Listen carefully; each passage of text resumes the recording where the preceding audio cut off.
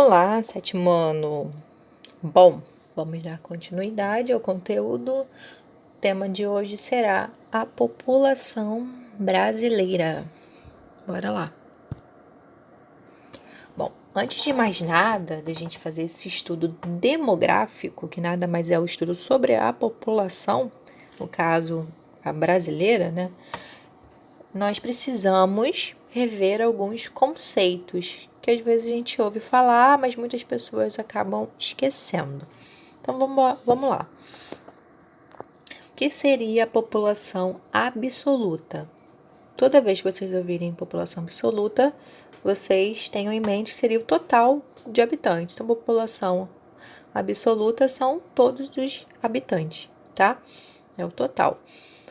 População relativa também pode ser chamada de densidade demográfica, que é quando você vai pegar a quantidade de habitantes e vai olhar num espaço, numa determinada área. Então, por quilômetro quadrado. Então, é a quantidade de habitantes por quilômetro quadrado. Então, numa determinada área, tá?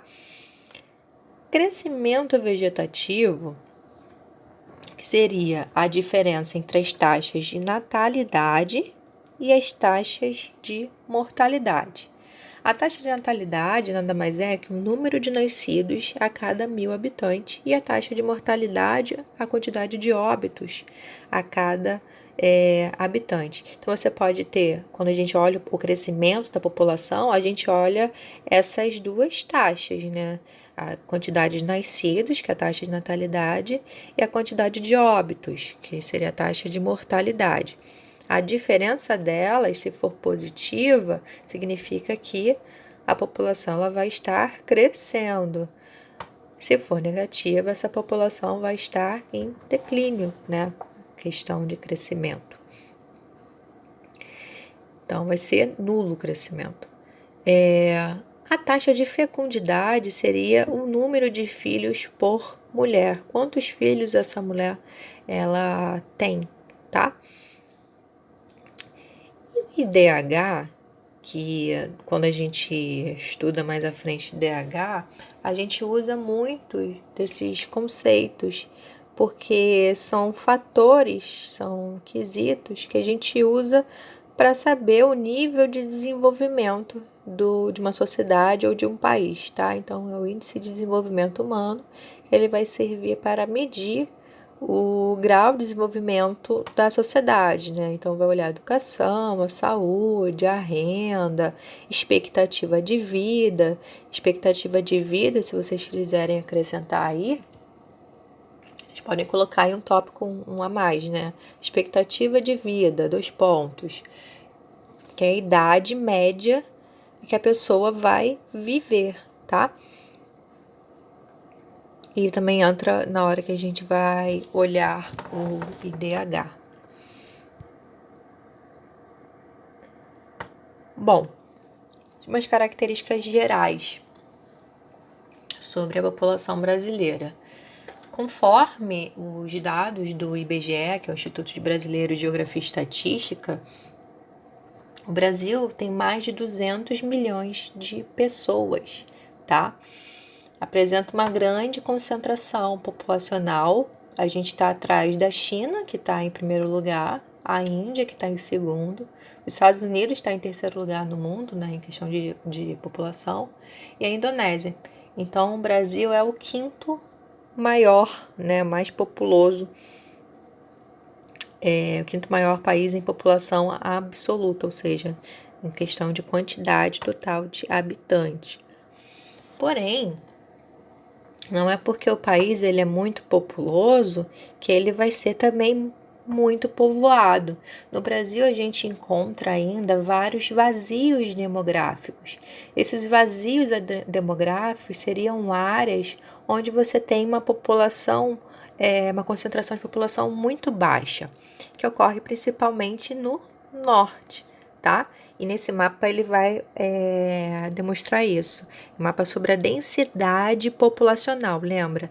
Então, densidade populacional está se referindo à densidade demográfica, porque demográfica está relacionada à população. Quanto mais escuro for a cor, né, marrom, vermelho, maior será a concentração desse mapa. É só a gente olhar a legenda. Quanto mais clarinho, vai ser uma menor concentração de pessoas, de habitantes. Então, aqui a gente consegue observar nitidamente que a região norte é uma região que vai ser menos povoada. Ai, mas professora, mas você não falou que o Brasil está em quinto lugar como maior país em população no mundo? Sim, mas, como eu coloquei aqui, nem toda a região populosa, né, com uma quantidade muito grande de pessoas, vai ser uma região povoada. A gente tem um território muito extenso, a gente tem características históricas que levaram a essa concentração de pessoas, principalmente no litoral do país, que a colonização se deu. Lembra que a gente já viu lá nos primeiros capítulos? Se deu a partir do litoral.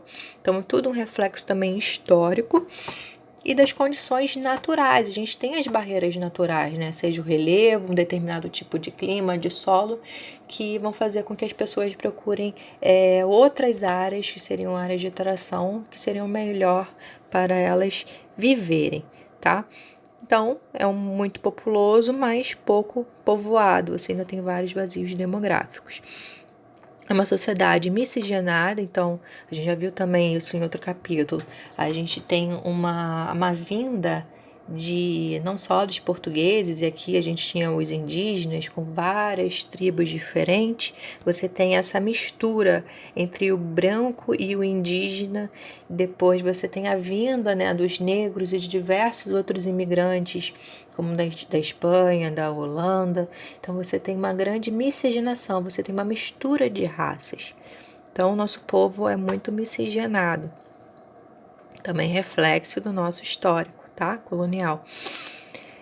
A região mais povoada, já falei que é a região sudeste, né? No caso, estamos aqui em Rio de Janeiro, São Paulo, Minas Gerais. E região menos povoada seria a região norte. A maior parte da população é urbana, a gente tem população rural, mas a maior parte da população vai se concentrar nos grandes centros urbanos, e é reflexo até desse mapa, né? Grande parte da população está concentrada numa área mais urbana, que seria Rio de Janeiro e São Paulo, né? Em primeiro lugar, São Paulo.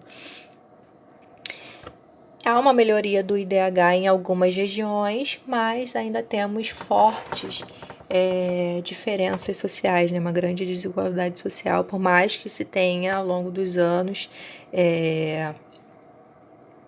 se melhorado em alguns quesitos, né? Com aumentada a expectativa de vida, há uma diminuição na taxa de mortalidade infantil, há um aumento da taxa de pessoas alfabetizadas, então tem menos analfabetos do que se tinha antes, porém ainda não é uma das melhores, né? E aqui eu coloquei esse gráfico, que estava no livro de vocês, que diz o seguinte: o Brasil cresce, mas desacelera. É um censo, é um gráfico que faz referência a um censo demográfico, está representando em milhões, tá? Que aqui embaixo, no livro de vocês vão observar melhor. Mas tem os anos. Então, se a gente observar esse gráfico ele tá subindo, ó. Ele tá subindo, mas ele chega uma hora que ele vai descer. E isso é muito importante da gente entender. O porquê que há uma desaceleração do crescimento. Ai, minha professora, a minha mãe, minha tia tem não sei quantos filhos, 5 filhos. A minha avó teve 10, 12. Já ouvi casos em sala de aula de aluno falando que a avó teve 18. Então, assim, a gente tem realmente, os anos mais... Nessas últimas décadas, a gente tem uma queda muito grande na quantidade de nascidos. Então, a gente diz, e também uma queda muito drástica na taxa de mortalidade infantil. Graças a Deus, eu vou explicar também por quê.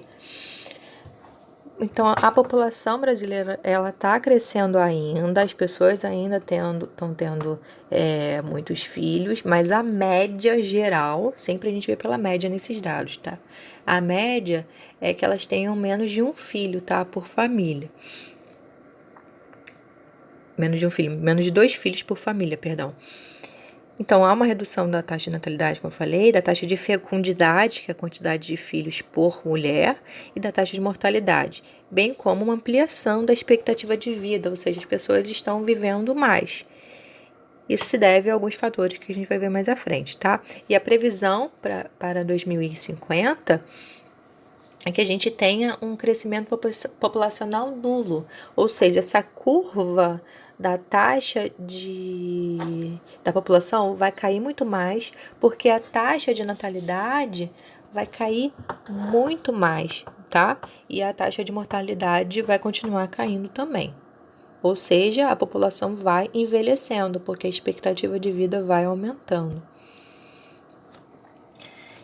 Muito importante. Quais são as causas da queda desse crescimento vegetativo?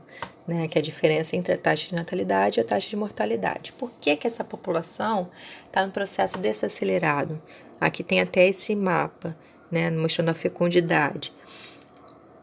Principalmente a partir da década de 1960, vocês podem observar que há uma queda bem drástica, né, ao decorrer dos anos, da quantidade de filhos por mulher. Por que será que as pessoas estão tendo menos filhos? Por que o crescimento vegetativo está caindo tanto?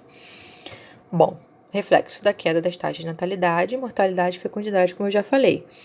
Você tem a inserção da mulher no mercado de trabalho, o que vai gerar, muitas das vezes a mulher vai ficar mais ocupada e vai optar por não ter filho, ou só ter filho mais tarde.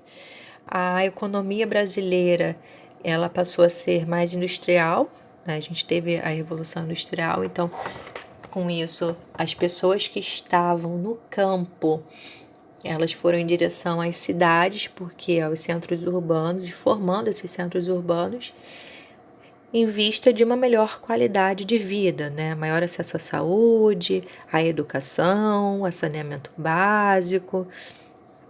Então, houve uma das causas também esse êxodo rural das pessoas indo em direção às cidades, tentando uma melhor qualidade de vida. Só que, quando você chega na cidade, você vai ter um custo muito elevado dessa vida. Vai ser mais elevado do que na zona rural.